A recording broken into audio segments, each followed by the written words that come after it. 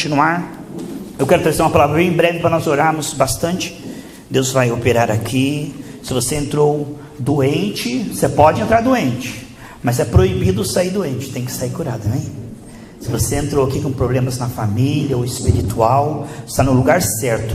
Deus tem milagres, mas em primeiro lugar, o que, irmãos? Reino de Deus e sua justiça.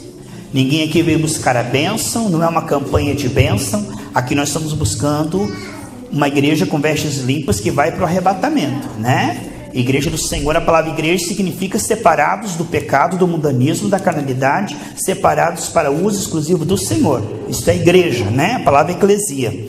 Josué 18:3. E disse Josué aos filhos de Israel: até quando sereis negligentes para passardes a possuir a terra que o Senhor Deus de vossos pais vos deu? Sente-se, meus queridos amados irmãos, Deus abençoe.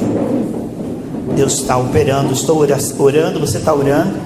Ouça essa palavra orando em línguas, adorando a Deus, intercedendo. Fica uma atmosfera muito favorável, porque junto com você nós somos um corpo, né? Aqui o que nós vemos é que a negligência faz com que a gente acabe perdendo o que Deus tem para nós. Lá na cruz, Jesus Cristo conquistou para nós uma vida abundante. Então não podemos perder nem um minuto, edificar a nossa vida, se arrepender dos nossos pecados. Não deixe para confessar o seu pecado semana que vem, não deixe para se humilhar mês que vem, porque o Senhor pode vir hoje, e que nós não tenhamos pendência, irmãos, que as vestes estejam limpas, em todo tempo sejam alvas suas vestes, e não falte azeite na sua cabeça. Eu fico admirado quando leio lá em Daniel capítulo 6, que ele era superintendente de 120 cidades, e ele tinha tempo para parar 3 vezes por dia para orar. Então as pessoas falam: estou tão ocupado, pastor, que eu não tenho tempo para orar. Irmão, se você está ocupado muito, a ponto de não poder orar, você está correndo perigo de ir para o inferno. Porque se você perde a tua comunhão com o Senhor, você perde a fé. A salvação é pela graça, através da fé. Tirar a coroa de alguém é tirar a fé, porque nós somos salvos pela graça através da fé. Então que nós possamos, irmãos, manter a chama do nosso relacionamento com Deus, a nossa fé crescente, não diminuindo. A Bíblia diz que o amor de quase todos esfriará. A Bíblia fala sobre isso em Mateus 24. E Jesus disse lá em Lucas 18: porventura, quando o Filho do Homem vier nas nuvens, achará fé na terra? Então a fé, ela é resultado do que, irmão? Fé é confiança. Você não confia em quem você não vê, não percebe, não conhece. Para você ter fé, você tem que ver, perceber, conhecer a Deus. E o seu relacionamento com Deus vai mantendo a fé, porque você começa a ouvir lutas, tribulações, perseguições. Se você não percebe a glória de Deus, você é que nem Saul, se escondendo de medo. Mas Davi, que investia tempo na presença do Senhor, ele percebia o Senhor com ele. Porque melhor que ter a presença do Senhor é perceber essa presença. E melhor ainda é liberar, rios fluirão do seu ventre. Olha que coisa tremenda, irmãos, os 120 que receberam lá o Espírito Santo lá em Pentecostes, Pedro e João disseram: o que nós temos, nós te damos, em nome de Jesus, levanta e anda. Isso é maravilhoso.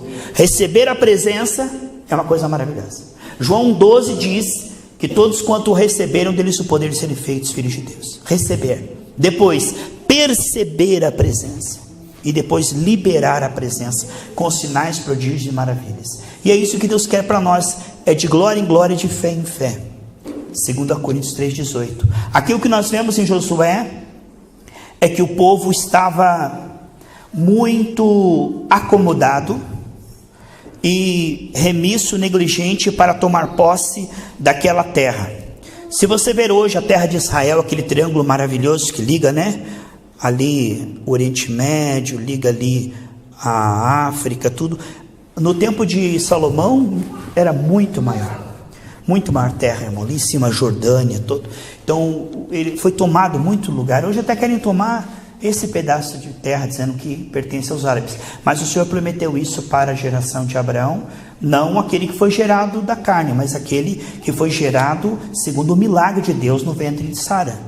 Foi gerado pelo milagre que foi Isaac, não foi Ismael. Nós amamos os árabes, Deus tem um plano para com os árabes, com certeza, mas sabemos que aquela terra pertence a Israel. Vamos orar para que haja paz em Israel. Eu estava falando outro dia com um rapaz no Uber, eu falei sobre isso. Falei: irmãos, a Bíblia diz: prosperem aqueles que oram por Jerusalém. Toda nação que protege Israel, ela é abençoada. Os Estados Unidos, qualquer coisa que acontece contra Israel, eles estão lá protegendo Israel, a nação mais rica do mundo. Israel só existe por causa do Brasil. Porque quando foi votado, nos anos 40, se ia ter Israel ou não, ficou 3-3, Selma. 3-3. Aí um brasileiro chamado Oswaldo Aranha falou, vai ter. Então Israel tem um carinho enorme pelo Brasil. Por isso que o Brasil é o celeiro do mundo, tudo que planta dá, não tem terremoto, tem furacão, tem tufão. Por quê? Porque é uma nação abençoada. Porque através do Brasil, Israel existe.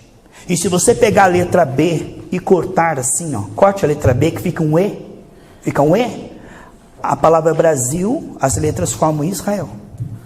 Então o Brasil é um Israel espiritual, celeiro para o mundo inteiro. Do avivamento vai começando no Brasil, a palavra Brasil em brasas, em chamas, avivamento. Então o Brasil tem muitas promessas, e nós temos que orar, não só pelos judeus, mas pelos árabes. Temos que orar por todos os hinduístas, budistas, shintoístas, né? Todas, não importa a religião, que todos possam conhecer o Senhor Jesus Cristo.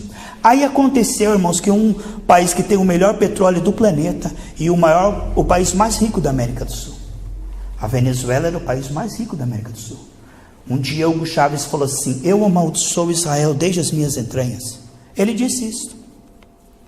E quando ele falou isso, irmãos, passou alguns meses, ele teve um câncer nas entranhas, que ele clamou, gritou, chorou e não conseguiu. O que aconteceu com a Venezuela? Vamos orar pelos nossos queridos irmãos, para que a Venezuela recupere, porque a prosperidade vem, está vendo? Mas também eu serei inimigo dos seus inimigos. Olha o sofrimento da Venezuela. Quando o Brasil se uniu a Mahmoud Ahmadinejad, que é o líder do Irã, que é o maior inimigo de Israel, o Brasil se uniu a Mahmoud Ahmadinejad e foi contra Israel. O que aconteceu com o Brasil? Ele quebrou. Foi só o novo governo falar, eu apoio Israel, eu estou com Israel, a bolsa começou o quê? A subir, o dólar começou a descer, entendeu? Isso é matemático. Vamos orar por Israel. Vamos clamar pelo Senhor. E nós somos também israelitas, porque israelita, aqui nessa terra, nascido de Abraão, segundo a carne, tem a promessa da prosperidade. Mas nós, como Israel espiritual, temos a promessa da vida eterna, porque de Abraão vieram 3 tribos, os árabes, os cristãos e os judeus. Mas os cristãos têm uma aliança superior, porque podemos ser a presença do Senhor e podemos no Espírito habitar com Ele para sempre. Então isto é maravilhoso, irmãos, que eu e você possamos não ser negligentes, mas sermos cheios do Espírito Santo. Hoje é um tempo que o povo se acomoda em apenas ser salvo, entrar no céu de raspão, assim, ai, não foi preparado, eu entrei, São Pedro, entrei, veja aí no computador, entrei. É uma coisa tremenda, irmãos. Mas a salvação é apenas o primeiro passo, irmão. Nós somos salvos para as boas obras. Deus te salvou, irmãos, para que você seja cheio do Espírito Santo, para que nessa terra você possa ter uma comunhão com o Senhor, ter uma vida de qualidade, possa ajudar as pessoas e levar muitas pessoas com você. Então Deus tem, você sabe que a vida eterna não é só uma localização, a vida eterna é realmente uma condição espiritual. João 17,3, que a vida eterna é conhecer a Deus, Pai e a Jesus Cristo no Espírito Santo. Então a vida eterna já começou. Veja como a vida eterna já começou. Leia lá João 5,44, por favor, missionário Lenir. João 5,44 diz que a vida eterna já começou. A vida eterna não é o céu para onde nós vamos. A vida eterna é o que, irmãos? É Cristo em nós, esperança da glória, Colossenses 1,27. A vida eterna é a vida que começou quando você recebeu Jesus, que nunca mais vai acabar, amém? O teu corpo um dia vai tombar, mas não tenha medo da morte, porque você não vai ver a morte. Sabe aquele anjo com aquela foice que vem assim buscar as pessoas? A morte? Só a morte vem te buscar. A Bíblia diz que nós não veremos a morte. O teu corpo tomba, e 1 milionésimo de segundo, no piscar de olhos, você nem sente. Teu corpo tomba, você está no paraíso diante do Senhor. E 1 milionésimo de segundo, você está no paraíso diante do Senhor. Jesus disse, João 5,44, pegar aqui, olha só, a palavra de Deus mostra, irmãos, que o ladrão da cruz, imagine, era um ladrão. Ele diz, hoje mesmo tu estarás comigo no paraíso. Então uma coisa tremenda, se o ladrão da cruz estava no mesmo dia no paraíso, imagine nós que somos o corpo de Cristo, que não vamos passar pela tribulação, porque isso será um tratamento com Israel. Deus está tratando agora com a igreja, mas assim que terminar os 6.000 anos, porque hoje há um lapso, você sabe que hoje há uma pausa na história. Quando Jesus morreu e ressuscitou, até agora, tem uma pausa. Ainda falta uma semana, que vai ser os 7 anos da tribulação. Depois finaliza os 6.000 anos, que é o governo do homem. Aí vem o governo de Deus, que é o milênio. No 7º ano, a terra que foi arrendada para o homem voltará para o Senhor.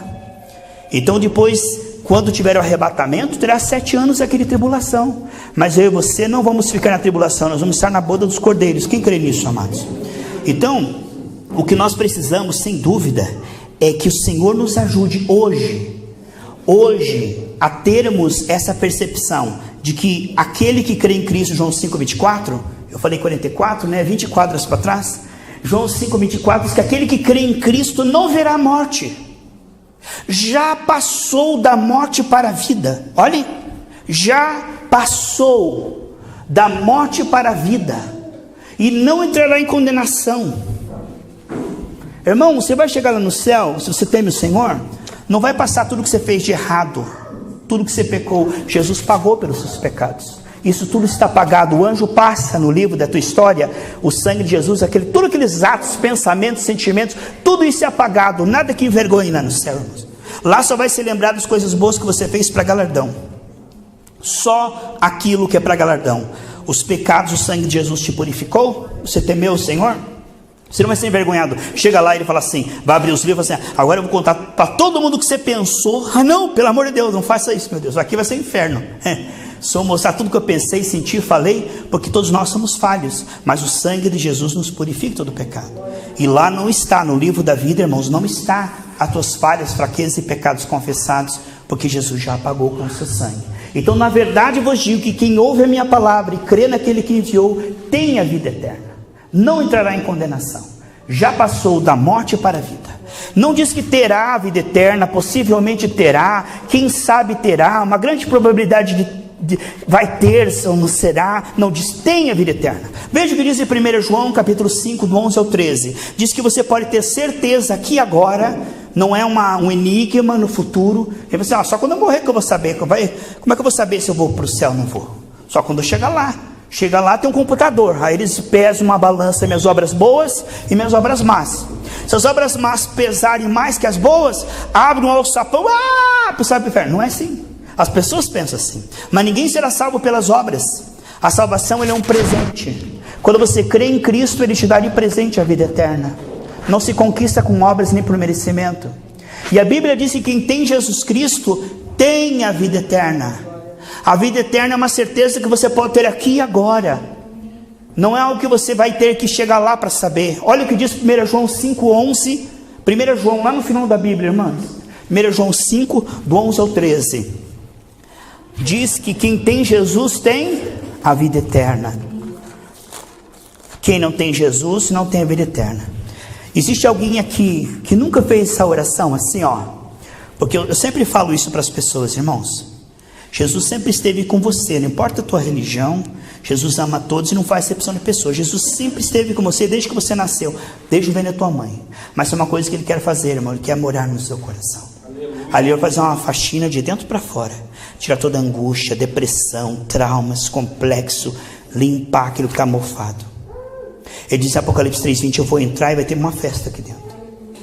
Então, se você nunca fez essa oração, Jesus Cristo, vem morar no meu coração e perdoar os meus pecados, eu te recebo, faça essa oração essa noite, e Deus vai te dar um novo nascimento, vai zerar a quilometragem, tudo que você fez aqui para trás será apagado com o sangue de Jesus, e daqui para frente o Espírito Santo vai te dar um novo começo, onde você vai começar a acertar pela ajuda do Senhor, não pelo esforço e pela culpa.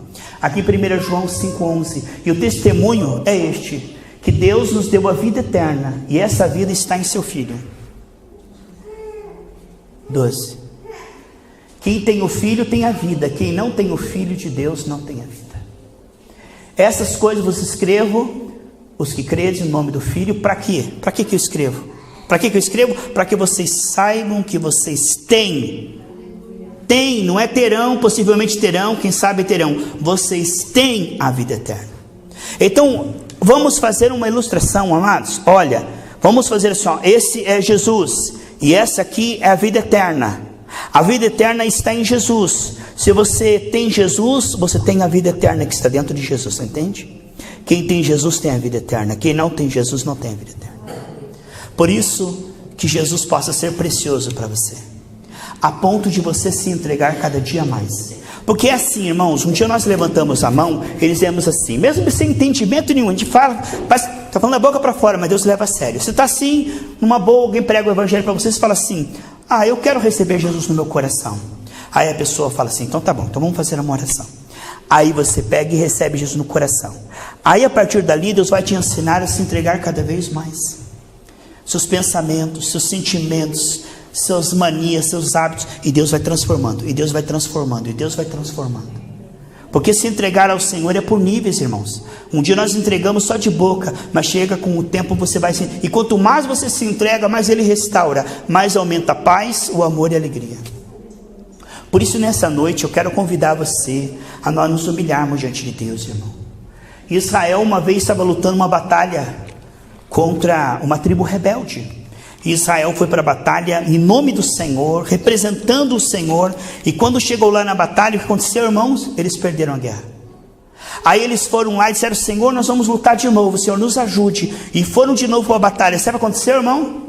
Eles perderam a guerra de novo, foram envergonhados. Aí sabe o que eles falaram? Senhor, não é para nós ir não? O Senhor não está conosco não? E aí eles começaram a se humilhar, irmãos, orar, jejuar.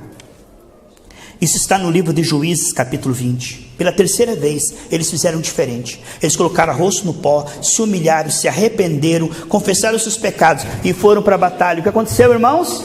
Venceram. Porque a nossa luta não é contra carne e sangue, mas são demônios. Às vezes nós estamos falando em nome do Senhor, mas temos brecha, mágoa, pecados não confessados, estamos misturados com o mundanismo. Você fala, sai diabo, o diabo dá risada, irmão. Você fala enfermidade, aí aumenta a dor, né? Pastor, eu orei pela dor, é que dobrou a dor, entendeu? A batalha espiritual, irmão. Porque o que significa? O inimigo ele quer brecha, mas quando nós nos humilhamos, o sangue de Jesus fecha a brecha. Aleluia. Oh, Deus dá graça aos que se humilham, irmão. Uma coisa que o diabo, ele é uma ególatra, ele não sabe se humilhar. Quando você se humilha na presença do Senhor, o diabo não se humilha com você, ele sai fora. Se tiver na pessoa, para ela se humilhar, ele sai. Porque o homem que se humilha, Deus exalta. E é uma coisa maravilhosa se humilhar diante do Senhor. Não há lugar mais alto que você possa ir do que se humilhar aos pés do Senhor Jesus Cristo. Ali cai todos os fardos, toda a culpa, toda a sujeira, irmãos. Isso é uma coisa muito boa. E o Senhor quer nos limpar nessa noite. E o Senhor quer nos encher de paz, de amor, de alegria. Sempre dá para melhorar. E em Apocalipse 22:11 diz assim, aquele que é santo, santifique-se mais ainda. Hoje nós podemos progredir, irmãos. O reino de Deus é paz, é amor, é alegria. Às vezes a pessoa está na igreja, mas ela não está tendo isso, porque a entrega dela é superficial. E quem é que nos dá ânimo para nós nos entregarmos? A unção de Deus produz esse ânimo. Às vezes a pessoa não tem ânimo para ler a Bíblia, para orar, para jejuar, mas quando ela está numa atmosfera assim, ela ganha ânimo. Amém, irmãos? Outra coisa, irmão, o dom do arrependimento. Não adianta ficar se remorciando e se culpando. A Bíblia diz que Deus nos dá o dom do arrependimento. Isso está lá em Atos capítulo 11, versículo 14, diz que Deus nos dá o dom do arrependimento. Isso é um milagre de Deus. Você crê que Deus pode te dar a capacidade de se arrepender e ter nojo do pecado? Porque, irmão, quando a gente se remorceia, que nem aconteceu, ficou no remorso ali, Judas acabou se matando, não adiantou nada. Mas Pedro se arrependeu. O arrependimento é de Deus, a culpa não. A culpa não, porque Jesus levou a culpa. Mas em Atos 5:31 e Atos 11:18 diz que Deus dá o dom do arrependimento. O arrependimento é um milagre, irmãos, aonde você não diz assim, você fala para mim assim, por que você não faz isso? É que a minha religião não permite, os irmãos vão descobrir, eu vou ter maior vergonha. Bem que é bom, mas eu não posso, minha religião não permite. Isso não é arrependimento. Isso aí, a pessoa, ela para de fazer, mas aqui dentro ela continua gostando. Mas a Bíblia diz, seu filho vos libertar, verdadeiramente seja livre. E quer a verdadeira libertação, irmão? O Senhor muda o querer efetuar, Ele não apenas perdoa, Ele te coloca nojo naquele pecado. Você renuncia não porque você tem que, é porque você não quer mais. Amém? Essa é a verdadeira libertação. E é por níveis. No início da minha conversão eu dizia assim, me perdoa Jesus, é tão bom, mas eu não posso porque é pecado. É assim que eu dizia. No início da conversão a gente está com a mente totalmente mundana, irmão. No início do processo tem misericórdia, perdoa. Eu não posso, porque senão eu vou para o inferno. Bem que eu queria, mas não posso. E com o tempo Deus vai trabalhando. Chega um momento que você fala, Senhor, eu não preciso disso, eu quero mais a sua glória, a sua revelação. Eu renuncio isso em nome de Jesus. Veja, o Senhor vai trabalhando por níveis. Conforme você vai se entregando, Ele vai sarando. Não pare no meio do processo, como Israel fez aqui, que se acomodou e não tomou posse de toda a terra. Há uma vida abundante para você, que diz respeito à sua alma, à sua família, às suas finanças, à sua saúde. Todas as áreas foram incluídas na cruz de Cristo. Jesus redimiu todas as áreas. Redimiu a tua alma do inferno, tua conta bancária do Seproc Serasa. Redimiu a sua família do inferno também. Atos 16:31. Crê no Senhor Jesus, será salvo tu e toda a sua família. Até quem não quer vai ser salvo, porque vai se arrepender, amém? Quem mandou nascer na sua família, né? Aleluia. Agora vai ser salvo pelas intercessões, nem que seja nos últimos momentos na cama lá, vai dizer, eu tenho que receber Jesus, senão eu não morro. Fica lá, 3 meses lá em coma lá. Por que não morre? Porque o irmão está orando por ele, enquanto ele não receber Jesus, ele não parte. Vamos orar então, se coloca em pé em nome de Jesus. Hoje mesmo a Andressa foi lá, com o tio dela lá, e orou por ele foi salvo. Oh, glória a Deus. Continuar, eu quero trazer uma palavra bem breve para